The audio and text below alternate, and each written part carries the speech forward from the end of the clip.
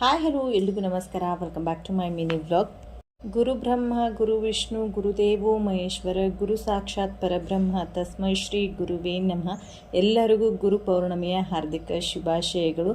ಇವತ್ತು ಬೆಳಗ್ಗೆ ಬೇಗ ಎದ್ದು 4 ಗಂಟೆಗೆ ಎದ್ದು ಎಲ್ಲ ಕ್ಲೀನಿಂಗ್ ಕೆಲಸ ಮುಗಿಸ್ಕೊಂಡು ಸ್ನಾನ ಪೂಜೆ ಎಲ್ಲ ಮಾಡಿಕೊಂಡೆ. ಹಾಗೆ ಈ ನಡುವೆ ಒಂದು ಅಭ್ಯಾಸನ ಬೆಳೆಸ್ಕೊಂಡಿದ್ದೀನಿ. ಈ ರೀತಿ ಅಷ್ಟೋತ್ತರ ಬುಕ್ಗಳು ಸಿಗುತ್ತೆ, 21 ದೇವ್ರದ್ದು, ನಮಗೆ ಎಷ್ಟು ದೇವ್ರದ್ದು ಬೇಕೋ ಅಷ್ಟು ದೇವ್ರದ್ದು ನಮಗೆ ಈ ಥರ ಅಷ್ಟೋತ್ತರ ಬುಕ್ಗಳು ಸಿಗುತ್ತೆ. ಇದನ್ನು ನನ್ನ ಫ್ರೆಂಡ್ ಸಜೆಸ್ಟ್ ಮಾಡಿದ್ಲು ಅಂತ ಓದೋದಕ್ಕೆ ಸ್ಟಾರ್ಟ್ ಮಾಡಿದ್ದೀನಿ.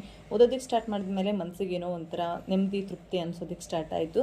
ಸೊ ಹಾಗೆ ಹುಣ್ಣಿಮೆ ಪೂಜೆ ಎಲ್ಲ ಮುಗಿಸ್ಕೊಂಡೆ. ನನ್ನ ಜೊತೆ ನಮ್ಮ ಮನೆಯವರು ಕೂಡ ಎದ್ದು ಅವರು ಕೂಡ ಎಲ್ಲ ಪೂಜೆ ಮುಗಿಸ್ಕೊಂಡ್ರು. ಇವತ್ತು ಬೆಳಗಿನ ಬ್ರೇಕ್ಫಾಸ್ಟ್ ಇಡ್ಲಿ ಮಾಡಿ ಮಕ್ಕಳನ್ನ ಸ್ಕೂಲಿಗೆ ಡ್ರಾಪ್ ಮಾಡಿ, ಇವತ್ತು ಗುರು ಪೌರ್ಣಮಿ ಆಗಿರೋದ್ರಿಂದ ಗುರು ರಾಘವೇಂದ್ರ ಸ್ವಾಮಿಯ ಮಠಕ್ಕೆ ಬಂದ್ವಿ. ಪೂಜ್ಯಾಯ ರಾಘವೇಂದ್ರಾಯ ಸತ್ಯಧರ್ಮರತಾಯ ಚ ಭಜತಾಂ ಕಲ್ಪವೃಕ್ಷಾಯ ನಮತಾಂ ಕಾಮಧೇನುವೆ.